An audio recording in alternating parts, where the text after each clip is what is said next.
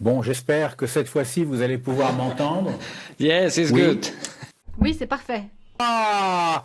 J'ai attendu toute la journée pour pouvoir enfin m'exprimer. Comme je suis content, j'en perds d'ailleurs mes écouteurs. Alors, je suis heureux de pouvoir m'exprimer sur ce que nous a dit Monsieur Gillard Tyler, sur cette gouvernance durable des entreprises. C'est un thème extrêmement important et je me réjouis qu'un rapport soit en cours d'élaboration dessus. Il s'agit de responsabiliser les entreprises qui ne peuvent pas se désintéresser de ce qui se passe dans leur chaîne d'approvisionnement et donc de les rendre responsables des violations des droits de l'homme ou des droits ou du respect de l'environnement qui seraient commis donc tout au long de leur chaîne d'approvisionnement. Alors, je suis d'accord, bien sûr, comme mes collègues sur l'objectif, mais néanmoins, j'ai deux soucis. Le premier souci, ça concerne évidemment les PME, ça a été abordé par notre orateur. Les PME ne peuvent pas être des expertes en droit de l'homme et en droit de l'environnement, et en toute bonne foi, elles ne peuvent pas se rendre compte de ce qui se passe en amont de leur chaîne d'approvisionnement. Donc, j'ai bien noté que M. Tyler nous a expliqué que il y avait une procédure de consultation qui avait été expérimentée et qui avait permis à certaines PME donc eh bien justement de se rendre compte de ce qui se passait. Donc moi j'aimerais des exemples concrets pour illustrer cela. Et puis de façon plus générale, moi j'ai une deuxième inquiétude, c'est le point de savoir s'il faut véritablement faire peser sur toutes les entreprises, quelle que soit leur taille, une responsabilité pour toute la chaîne d'approvisionnement. Parce que ça peut parfois monter très très loin. Et plus on s'éloigne de l'entreprise, plus c'est difficile de contrôler ce qui se passe. Donc, qu'en pensez-vous? Est-ce que vous ne pensez pas qu'il faudrait prévoir des mécanismes pour quand même protéger un peu les entreprises? Merci beaucoup. Alors, j'ai un exemple personnel et qui évoque un certain nombre des questions qui ont été posées.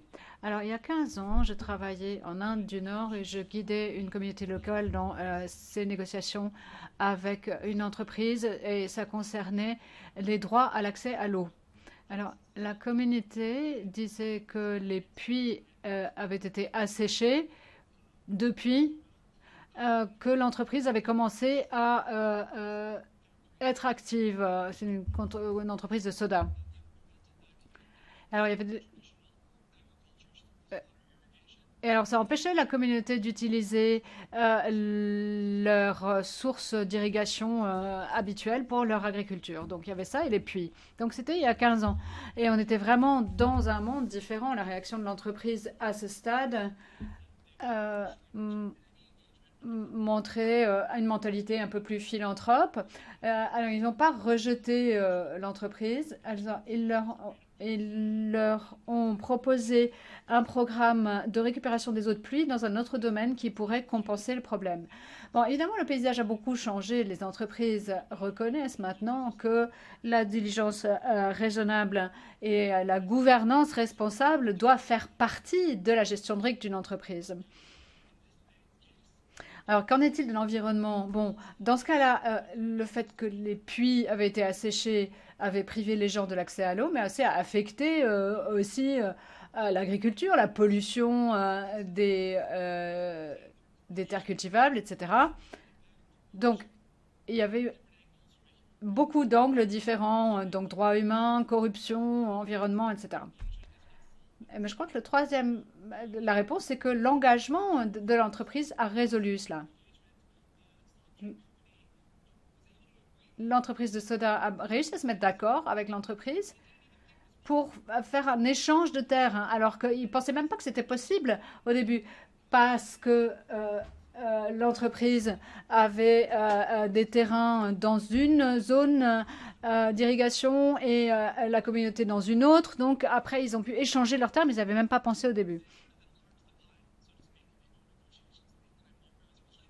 Donc ils ont, pour ainsi dire, élargi leur perspective et réussi à trouver une solution et il n'y a plus jamais eu de conflit.